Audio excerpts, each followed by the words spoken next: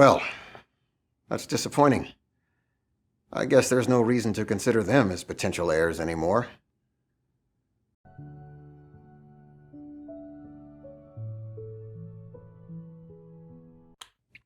I'm Alice Goodley.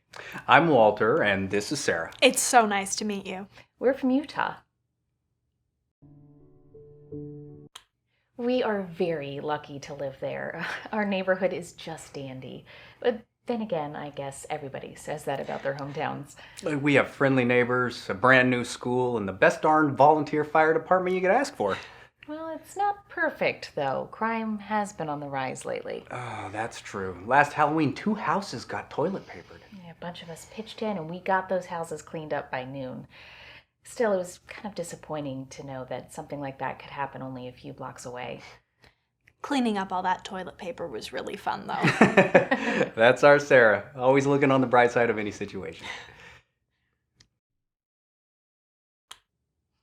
Being on the volunteer fire department is considered a huge honor in our town. There are too many volunteers every year, and they can only let in so many people, so it's very competitive.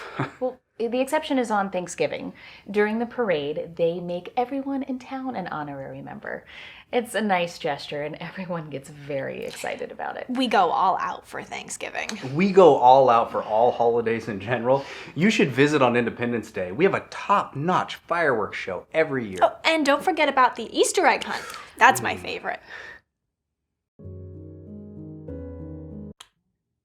You'd think the hunt was just about the kids, but it's just as much fun for us grown-ups, too.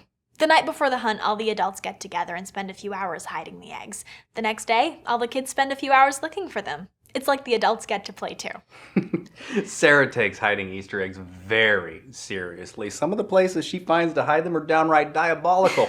Well, I remember what it was like hunting for eggs as a kid. The best feeling was when you'd find an egg in a hard-to-find spot. If someone doesn't hide them in places like that, then the kids won't get a chance to feel like that. Sara never does anything without giving it her best effort. You should hear her music lessons. Sara's learning to play the piano. I'm not that good, but I'm trying really hard to get better. Well, at the rate she's improving, though, she might be a famous musician by this time next year. She's exaggerating. I wouldn't want to be famous anyway. Piano for me is just like a hobby, like you're knitting or Daddy's gardening. When people get famous, they move to a big city so they can make lots of money. Once they've made all that money, they move to the place they really want to live. I already live in the best place I can imagine, so why would I leave in the first place? I like to make sure my family's eating at least some natural organic food. Everything is so processed these days, and you can really taste the difference when you eat fresh vegetables straight from the garden. Daddy works really hard on his garden. I don't consider it work. I enjoy it. Plus, it gives me a chance to spend time outside. Adults are weird. They can do anything they want, but if they want to, I don't know, play in the yard, they won't do it unless they find an excuse. I love Sara's outlook on life. I do crocheting and knitting. I make clothes and blankets that I donate to local homeless shelters. We used to just donate money, but there are just too many people in need. There's never enough money to go around, and winters get very cold in Utah. And since we're able to buy fabric in bulk, we're able to donate 5 or 6 times as many supplies as we could otherwise. The hats she makes are really nice, too. They're so much more comfortable than anything you can buy at a store. Oh, you're so sweet. Thank you. We love this hotel. We come here every year on vacation. We take a lot of family vacations together. The only thing better than seeing the world is seeing the world together. This is my favorite vacation we take. I love coming here to Vegas. That is true. It's all she talks about for months leading up to the trip. I do get pretty excited about our vacation time. I take 2 weeks vacation from my dental practice each year so we can go on a family trip. It's safe to say our Las Vegas trips are our favorite. This is our 3rd year in a row coming here. Next year, I'll be old enough to go to the casino floor. Sara won't be 21 until next month. My father and grandfather were both dentists. All the men in my family were. Well, except for my brother Stephen. It's a family tradition. Stephen is quite the rebel. He lives by his own rules. He's a pediatrician in Salt Lake City.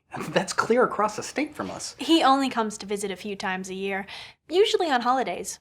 We do drive up to Salt Lake City once in a while. My friend Linda lives there too, so we get to visit her and Steven in one trip. A few years ago, we heard that Las Vegas had undergone some changes and was very family-friendly now. Once we heard that, we just had to come check it out. And we were not disappointed. There's a lot more to do here than just gambling and attending wild rock concerts. There's an aquarium, a history museum, and gondola rides. We even found a soup kitchen that lets us volunteer every time we come here. We do participate in some of the wilder activities, too. Last year, we toured the Pinball Hall of Fame. I figured we are in Vegas after all. We might as well get a little crazy while we're here. None of us gamble, but I don't understand why it has such a bad reputation. I've never gambled before, but I do want to try it when I turn 21 next year. I've tried it. Gambling isn't really for me, but it seems like an innocent enough pastime. Linda was my best friend back in high school. She was a bit of a troublemaker back then. To be honest, I was a bit of a rascal myself. It's true.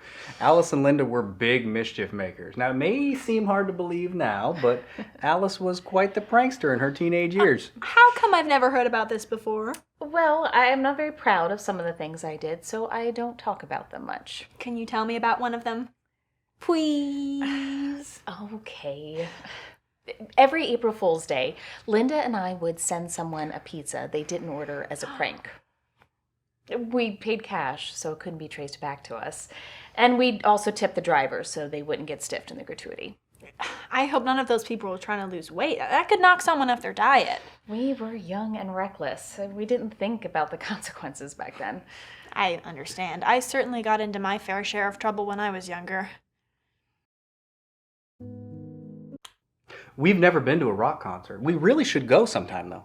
Walter wasn't the biggest fan of rock music for the longest time, but it was Sara that convinced him to give it a try. All the rock music I heard growing up just seemed so edgy. I figured it wasn't for me. Daddy just hadn't listened to the right bands. That's true, because I wasn't the biggest fan of rock music either, when all I ever heard were wild groups like the Beatles and Billy Joel. If Sara hadn't shown me that there were less rowdy bands out there, I'd probably still be missing out. It is amazing how much Sarah's changed our lives. Our trips to Salt Lake City are one of the few things we have trouble agreeing on. There's just so much to do, and everybody wants to do something different. I like to go to the zoo, Sara likes the planetarium, and Walter likes the Natural History Museum. We started playing a board game right before our trip. The winner gets to pick where we go. Sarah usually wins, but she's very gracious when she does. Last time she won, she picked the zoo to make Alice happy. I won twice in a row. I would have felt selfish if I picked the planetarium both times. Plus, we hadn't gone to the zoo in forever. It wouldn't have been fair. Isn't she just the best? I've caused as much trouble as anyone. I was once suspended from school for smoking. Another time I got detention for a whole week for cutting class. I'm no angel.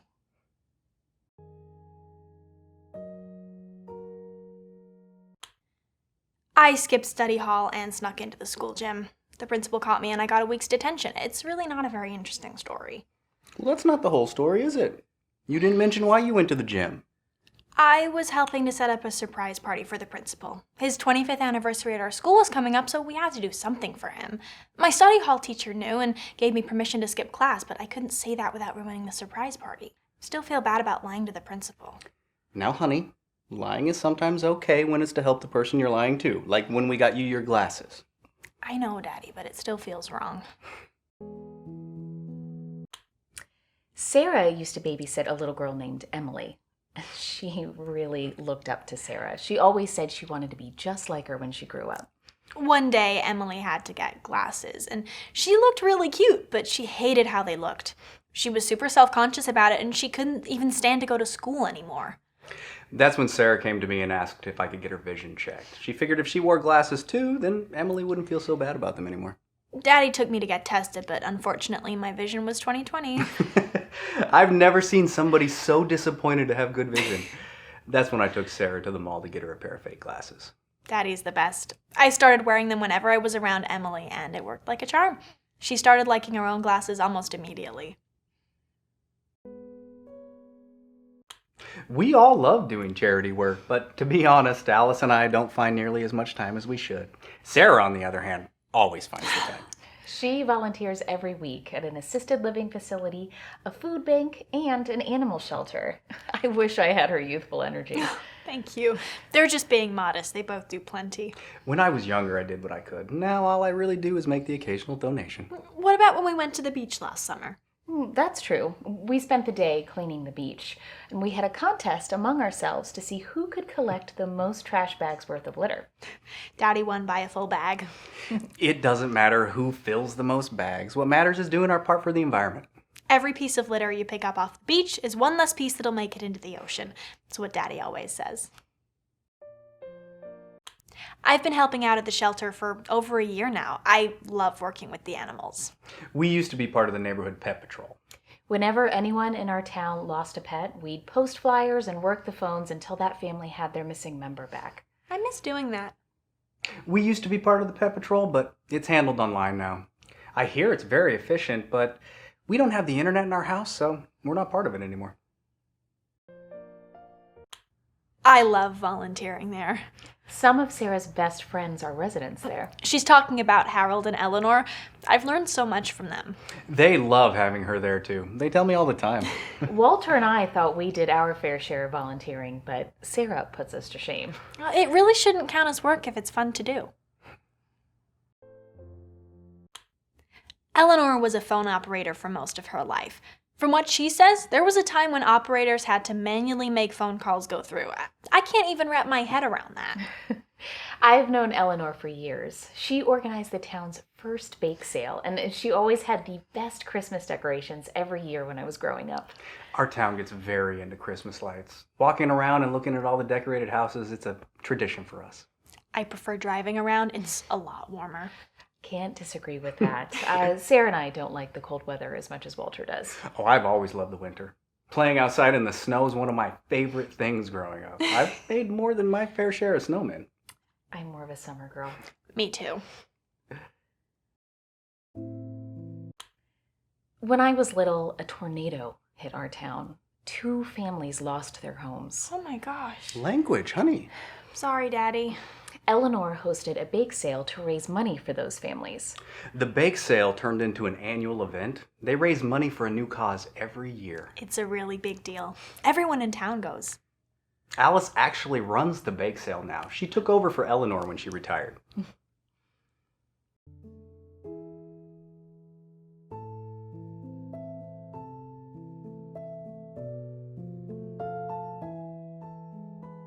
Sarah used to only volunteer there once a month. She wanted to work more, but they didn't need the help.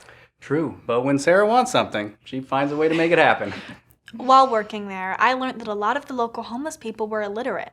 She talked them into letting her use their facility to hold a literacy class once a week. It's every Friday night from 6 to 9. There wasn't a lot of attendance at first, but it's a pretty full class now. And I've made some good friends there too. It's the one night a week that I let Sarah stay out until 9:30 now. I don't want her coming home that late, but she's really making a difference in people's lives.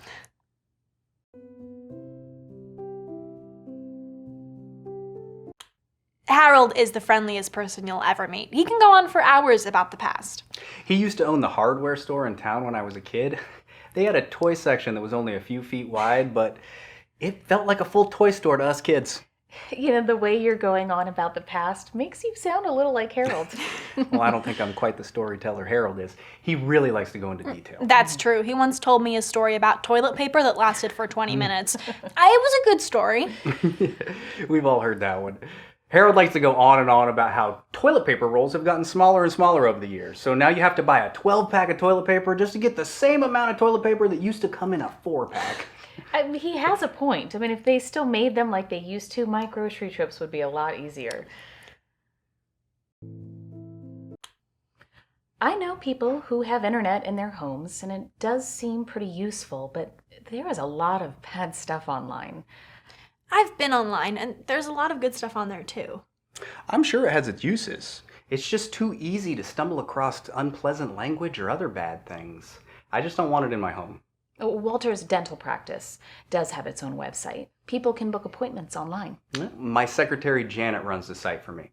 We have internet at the office, and she is great at using it. She spends some of her downtime on a website called the TikTok. Oh, I've never heard of that one. What is it for? Honestly, I have no idea. Janet has showed it to me multiple times, and I just can't wrap my head around it. I've known Janet for years. She's in my book club. I play golf with her husband, Frank. They're good people. Frank and Janet invited us up to their fishing cabin this weekend, but we had to turn them down. We didn't want to be rude by declining, but fishing really isn't our cup of tea. I just don't see how snatching another life form from their home could be fun. What did those poor fishies ever do to us? One thing you should never do is stiff a service worker. Tips are most of their income. I'm ashamed to admit I am guilty of that myself. There was a time where I didn't know you were supposed to tip housekeepers when you stayed at a hotel. I'd been traveling for years before I realized it. I have no idea how many housekeepers I stiffed without realizing it. A lot of people aren't sure when they're supposed to tip and when they aren't. It's a big problem. Well, I don't use a smartphone myself, but I hear one of the big problems these days is people don't know they're supposed to tip app workers. I thought everyone knew that one. We're a flip phone family. I love flip phones. They're inexpensive, the battery lasts a full week, and they don't break when you drop them. I like knowing Sara has plenty of charge on her phone in case she needs a ride. Well, you know, if I had a smartphone, I wouldn't have to bother you or Daddy when I need a ride. I could just use an app. She's talking about those rideshare services. I just don't understand those. I mean, when I was growing up, we were taught never to talk to strangers on the internet and not to get into a car with a stranger. But now there's an app that literally lets you summon a stranger on the internet so you can get in their car. I don't understand why they're so popular. I'm sure there's plenty of useful apps on those things, but everybody that I know that has a smartphone, they just text each other. I prefer having to call someone. It's more of a social interaction for me.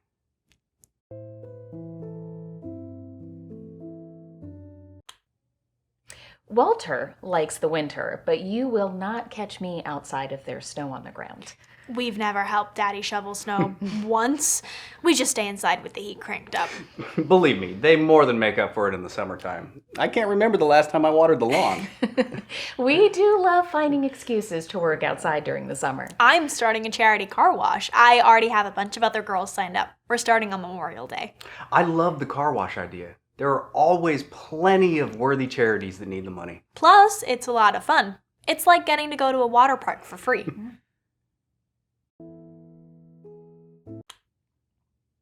I was walking to my next class when a kid I didn't know dropped a pack of cigarettes. I instinctively picked them up for him, but just as I did, a teacher happened to see me holding them and sent me to the principal's office. I couldn't say they weren't mine without telling on the other kids, so I got suspended. It worked out for the best. The kid eventually felt bad that Sara was taking the blame for him and told the principal what really happened. Then he later became Sara's first boyfriend. It's not what it sounds like. A couple of girls at school were playing a prank on this kid, Tommy. He was really unpopular. They pretended he had a secret admirer and started passing him all these fake notes.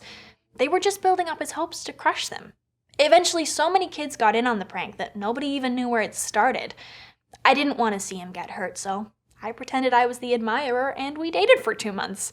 He turned out to be a nice guy, but I was only 17 at the time and nowhere near ready for a boyfriend yet.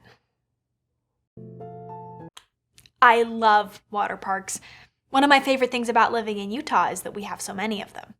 I'm a bit of a water slide enthusiast myself. I'm not really into the water slides. My favorite part is the lazy river. I think Sara's favorite part is all the attention she gets from boys when she gets to wear her bathing suit. That's nice too, but I've always loved water parks. My parents used to take me all the time when I was growing up. My favorite ride is the one where you have to cross a bunch of lily pads while holding on to the rope. Walter always makes it across, though. I mean, that defeats the purpose. You're supposed to fall in. What's the point of going to a water park if you're not going to get wet? I like the challenge. It's hard to get across. Plus, my feet get wet. I don't think he gets it.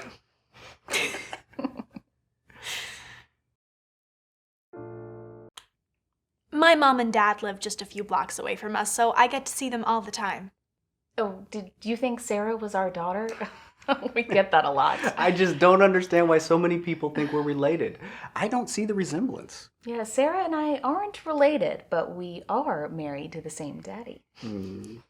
We met Sara when she was 18 and fell in love right away. She became my second wife 6 months later. Well, I could never live up to his first wife, though. Alice is amazing. Oh, Sarah's just being modest. She is an incredible wife. She's a crackerjack in the bedroom as well.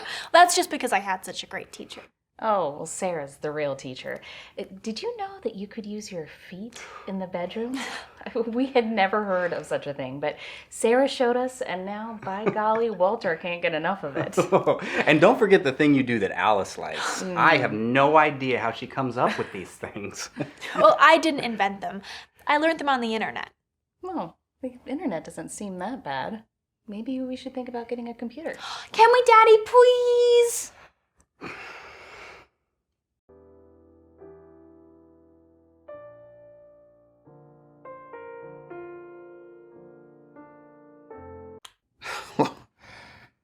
Well, I did not see that coming.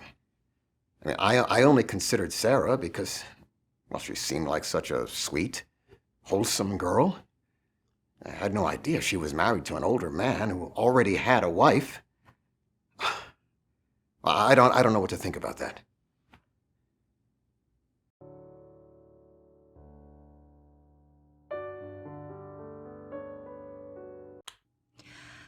I'm Ashley. I live here in Las Vegas. I spend most of my time practicing magic, and I am single.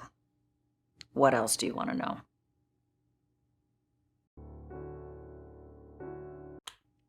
I've been performing my magic act here since the last time it was renovated. Huh. Never heard of the place before that. I like it here. I like Mr. Davenport, too. He's very hands-off. I appreciate the fact that he doesn't try to give me input about my show.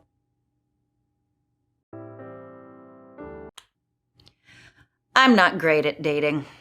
It's probably because I really don't enjoy getting to know people. That's why I think that dinner and a movie is the perfect first date.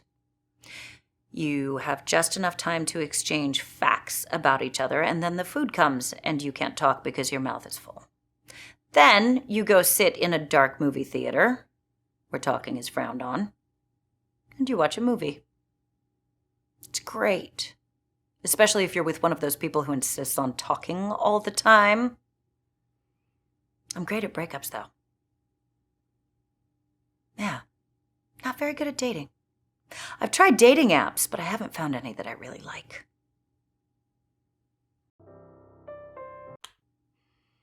There are people who talk all the time, even when they have nothing to say. If you have nothing to say besides hello or hi, why talk? I really don't enjoy misguided politeness.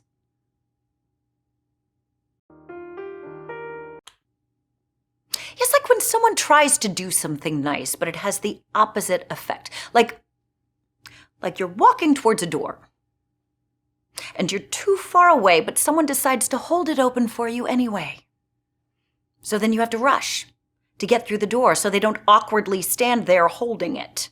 Do you know what's easier than rushing through a parking lot to get through a door? Opening it yourself when you're there. When you're part of a magic show, you spend countless hours practicing. We only perform 4 nights a week, so it would seem like it's an easy schedule, but we spend maybe another 30 hours practicing. More if you're bringing someone new into the show. It's a lot.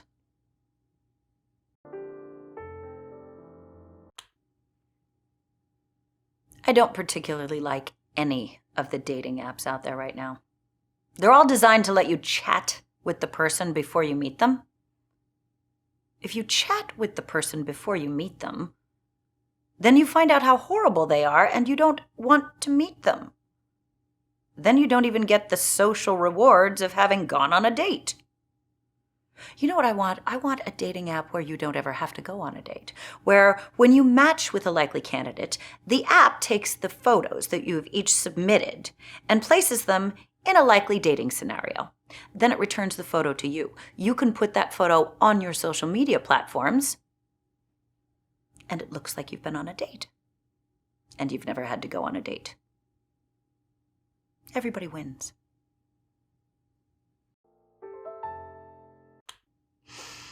The problem most people make when they're breaking up with someone is that they try to be too nice. And that's very selfish. Not the good kind of selfishness either. When you're too nice with someone and you're breaking up with them, it makes them sad.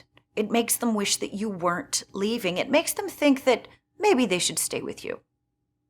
When you're breaking up with someone, it is the one time of your life that you should be a complete asshole, so that they actually feel relieved.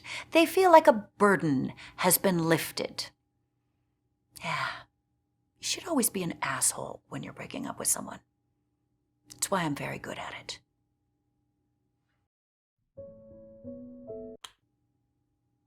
Everyone talks about selfishness like it's some sort of sin. Selfishness is necessary. Everyone wants good-paying jobs. Want them to be in our country and not another country. That's selfish.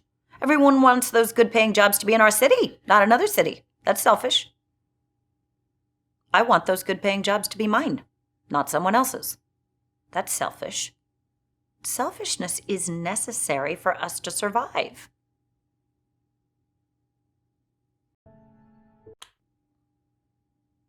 I haven't really talked to him that much. We talked a little bit when this place was being renovated. My magic act was becoming popular and I was looking for a place to take up residency, and he was looking for an act to host in his arena. It worked out great.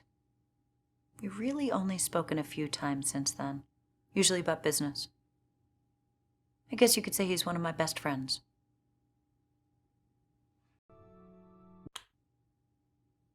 I don't like interacting with people unless there's a purpose. I would say I'm a people person, but I grow weary of them quickly if they overstay their welcome or talk. I prefer quiet types who show who they are by their actions. You know, a lot of people will have shallow, fake friends who will tell you all about their day, but they'll never lift a finger if you need to move or get rid of a body. I really don't like people like that. I've never had to get rid of a body. But if I did, I wouldn't be stupid about it. You know, everybody just tries to bury the body or throw it in a river with something heavy on it, trying to keep the cops from finding it. The cops are going to find the body. But if I was going to get rid of the body, I would throw it in the river with a bungee cord harness attached to it, and then I wouldn't attach the other end to anything.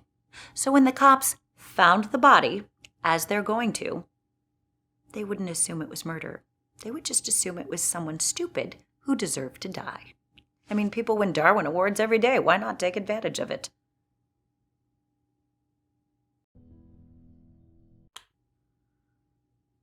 You've never heard of the Darwin Awards? They're my favorite. They're named for Charles Darwin, based around his survival of the fittest and genetics and stuff. So, whenever someone dies doing something that is so stupid, they do the human race a favor by draining themselves out of the gene pool, they get a Darwin Award.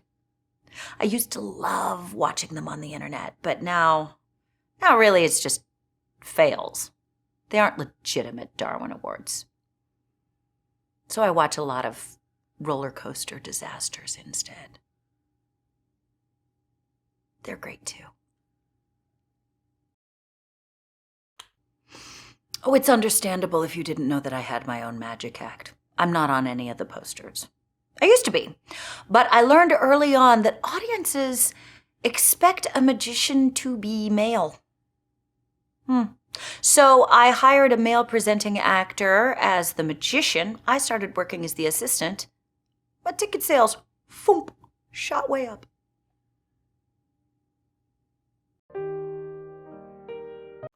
Oh, we promote it like it's his show, but he's essentially worthless. He doesn't do much of anything. I've actually replaced the actor that's played the magician 3 times. Audiences never noticed. They're fine as long as there's someone on stage who looks like they expect a magician to look. Usually with a goatee. For some reason, a goatee is mandatory. I'm not mad about it. My act has actually gotten a lot easier since I started working as an assistant and not the magician. I'll let you in on a little secret. The assistants are actually the ones who perform all the tricks in a magic act. The magician really is just there so that people have something to keep their eyes on. They're gonna watch him, see if they can figure out the trick, see if he's doing anything sneaky. Everyone really just ignores the girls in the shiny outfits. But we're the ones making the tricks work. Now, magic is all about misdirection. The magician is the biggest misdirection of all. You can get away with anything as long as someone's attention is focused on something else. That's the key to all of magic, half of life. Everyone knows it. Nobody cares. Back when I really was an assistant, I worked for a magician, the great Zambini. He based his signature trick on this very thing. See, we were part of a traveling carnival, and our stage was outdoors.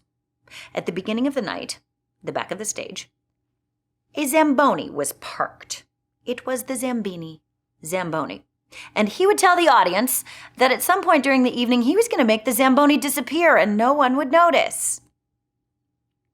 So about halfway through the evening, we would have this assistant come out that the audience had not yet seen. Her name was Kelly. She was particularly alluring. And the other assistants and I would help her up on top of a platform, and we would begin tying her up with scarves. We'd really take our time about it, make it very erotic, and Kelly would wiggle and pout and make these cute little squeaky gerbil noises. While this was happening, Zambini would pull out his keys and drive the Zamboni off stage. Then he'd run back. We would make Kelly disappear in a fairly standard trick, and when it was done, Zambini would be standing where the Zamboni was with his arms outstretched, like he had just accomplished the most amazing feat in the world. And the audience loved it. They would clap like it was the best thing ever. It was grotesquely sexist, but it worked. I haven't talked to her since we worked together. I'm sure she's doing fine. Supremely attractive people have it very easy. I'm sure she married rich or got kidnapped by human traffickers and sold on the black market. Either way, she's living in a big house with someone else paying all the bills. She's great. When you're starting out in this industry, you will take anything you can get. It was rough. I was on the road for 6 months. Before that, I was an assistant to a comedy magician. That was even worse. I'd still take that over any normal job. Oh, comedy magicians. Awful. None of it's real magic. It's all just jokes.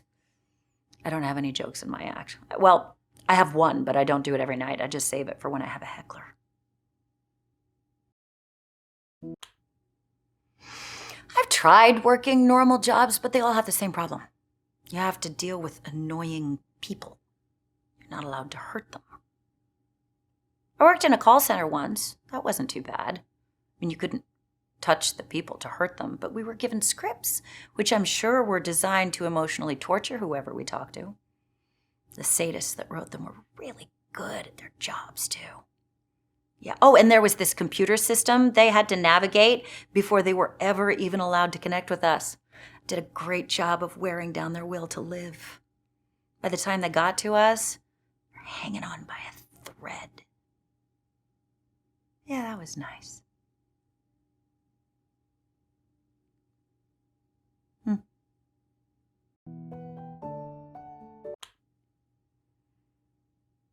Most people are annoying.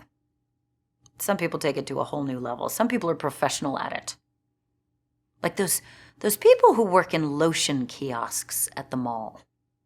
They know their product isn't any good. If it were any good, they would sell it in a store. But no, they're at a kiosk, harassing people who walk past until someone is so guilty that they can't just ignore them, and they stop. And then the lotion people start putting lotion on this poor chump. And it's awkward. And the person can't get away. And they massage them. And it's awkward. And the person can't get away. Until this poor slob buys something that is unnecessary and overpriced just to make it stop. Whenever I see those people, and they've got someone in their clutches, I just walk up and I say, it puts the lotion on its skin or else it gets the hose again. They never seem to know how to respond to that.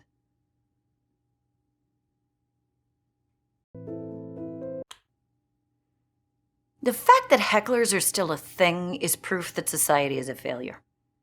I don't know why we still allow them to exist. I have a good way of dealing with them, though. Whenever we get a heckler that's too bad, it's really bad, I motion to the other assistants and they notify the magician. And they invite the heckler up on stage to help us with our next act. So I bring out a specially made tall box, and the magician announces that he is going to make the heckler disappear. We put them in the box, we wrap the box up with chains, and we wheel it off stage. The audience loves it. They laugh, they clap, the heckler's never heard from again. Works great. And then backstage, I feed the heckler to my alligators. I don't have alligators. The box only opens one way. I push it up against an exit door, and when the heckler opens it, they can only leave. I've gotten exactly 2 negative Yelp reviews. Worth it.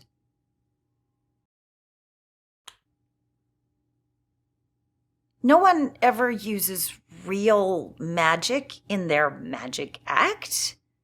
It's all parlor tricks and very bendy assistants who can fit into small spaces. Machinery. Audiences just like to pretend it's real. If anybody ever came out and started performing sorcery or blood magic, the audience would lose their mind.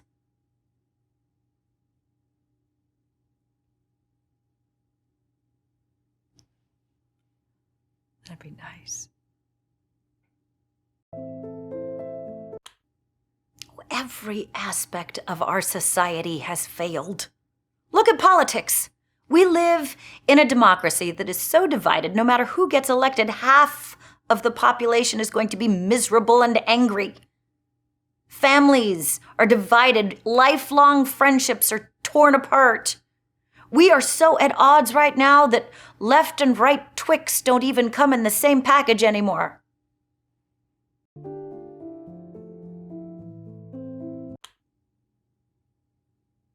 You can buy anything if you know where to look. I used to buy weed on the dark web before it was legal. I know there are people who buy fake IDs on the internet. Anything. You can find it. They say human trafficking is a $150 billion a year industry, and I want to know how they know that. Are human traffickers reporting income tax, or are they just making up numbers? Oh, I never had a fake ID. I grew up in a small town. It would have been pointless. Everybody knew everybody else anyway. And really, the only reason to have a fake ID is so that you can buy beer before you're old enough. And I don't drink. I did buy a lot of beer for other kids when I was in high school, though. I mean, sort of. I would buy the non-alcoholic beer, and then I would peel the labels off, and I printed my own, put something, generic and fancy sounding. And then, during study hall, I would just sell it at a drastic markup. Nobody ever called me out on it. I don't think they ever figured it out. I even remember hearing some of the kids brag about how much beer they were able to consume.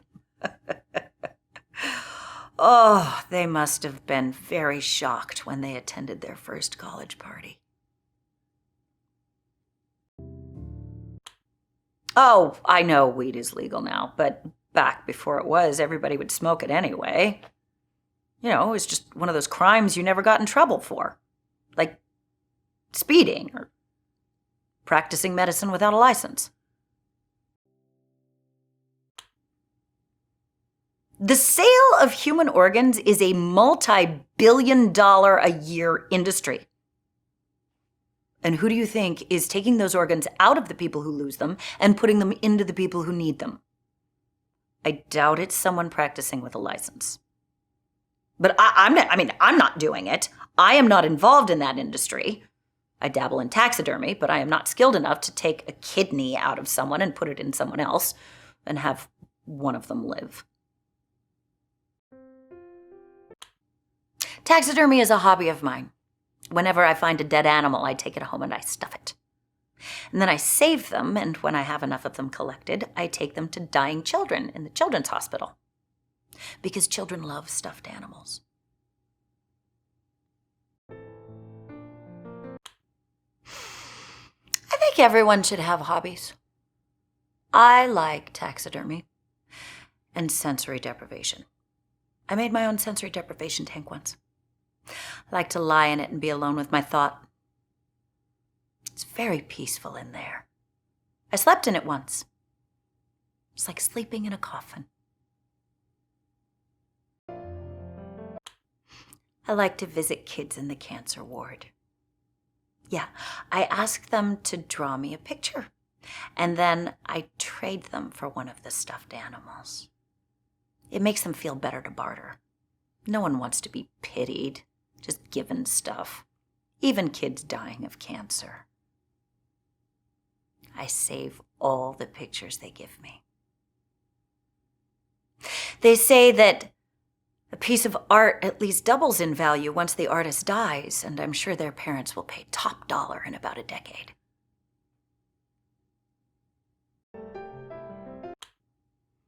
People don't barter enough these days. They don't haggle enough either. For instance, if someone has a poster for a lost pet and they offer a $100 reward, now in my experience, most people would just take the $100 and be happy.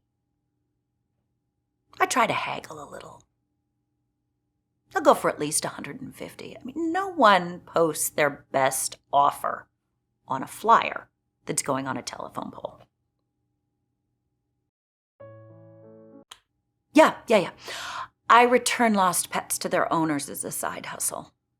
See, whenever I see a flyer that has a reward offered and a phone number, I take it down. And then I post the flyer with my phone number and I offer half the reward. Then someone else finds the pet, returns it to me.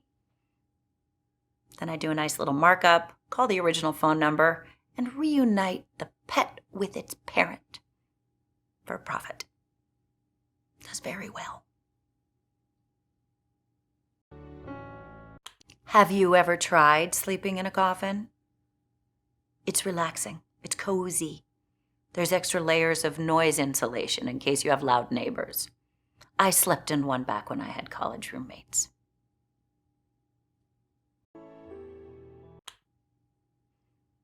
Oh, I didn't actually go to college, but I lived in student housing after high school. See, you don't actually have to be a student to live there. I hated having roommates, but it's all I could afford. I bought my own place as soon as I could, but they kicked me out. High school is awful. I mean, you undergo years of traumatic experiences, and then when you finally escape, they invite you back for a reunion so that you can go spend more time with the same people who made your childhood traumatic. I don't understand it. Do survivors of other traumatic experiences have reunions? I mean, Do people who lived through a plane crash get together and reminisce about the turbulence they experienced before it all went pear-shaped?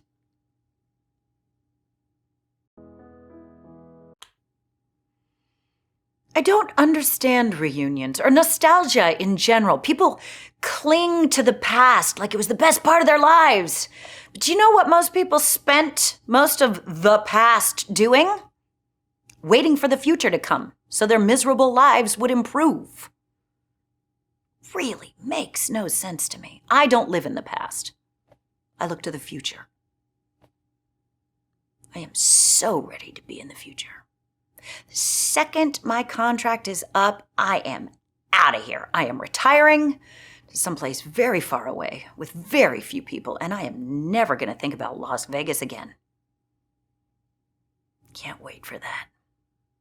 Yeah, I want to see what the future holds, because I'm done here.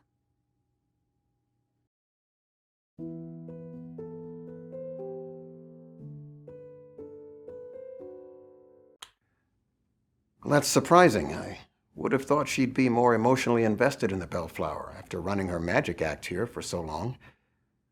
I guess I must have misjudged her.